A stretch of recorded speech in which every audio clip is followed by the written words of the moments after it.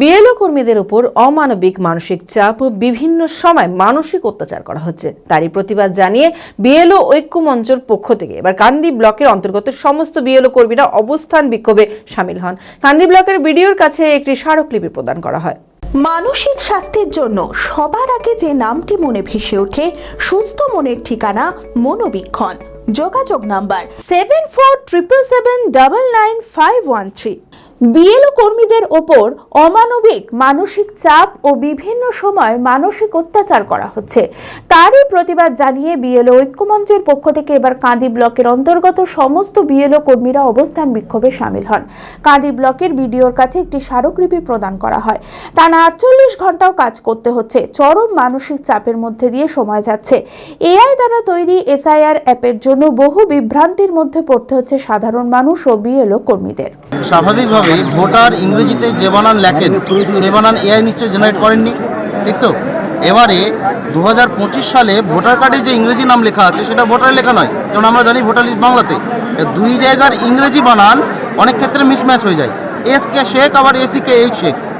আবার হয় কি মণ্ডল, ম মধ্যে নয় ডয় ল, মধ্যে নয় ডয়টা সাইজটা এমন দেখতে গয়ে রসর মতো লাগে। মণ্ডলটা মগুল হয়ে যাচ্ছে, এআই সেটা ট্র্যাক করতে পারছে না। আরে মণ্ডল আর মগুল যে একই মানুষ সেটা ভোটারকে কেন প্রমাণ করতে হবে? এই লজিক্যাল ডিসক্রিপেন্সির নামে যে ইললজিক্যাল কারণগুলো দেখাচ্ছে, আমরা এটার বিরোধিতা করতেছি।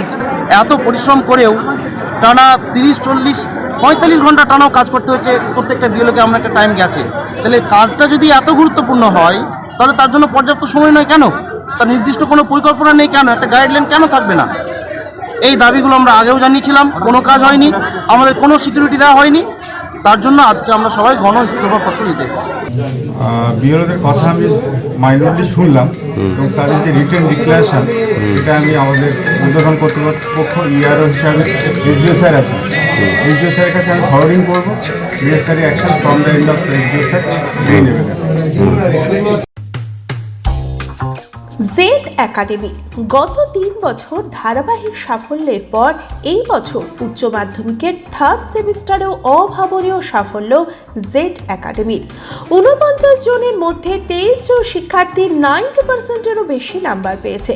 2026-27 শিক্ষাবর্ষে অনলাইন ও অফলাইন ফর্ম ফিল আপ চলিতেছে।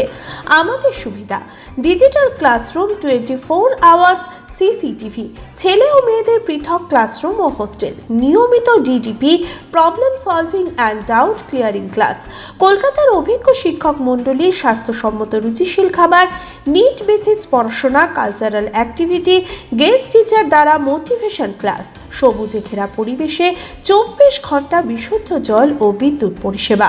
একাদশ শ্রেণীতে ভর্তির অ্যাডমিশন টেস্ট আগামী 1 মার্চ 2026।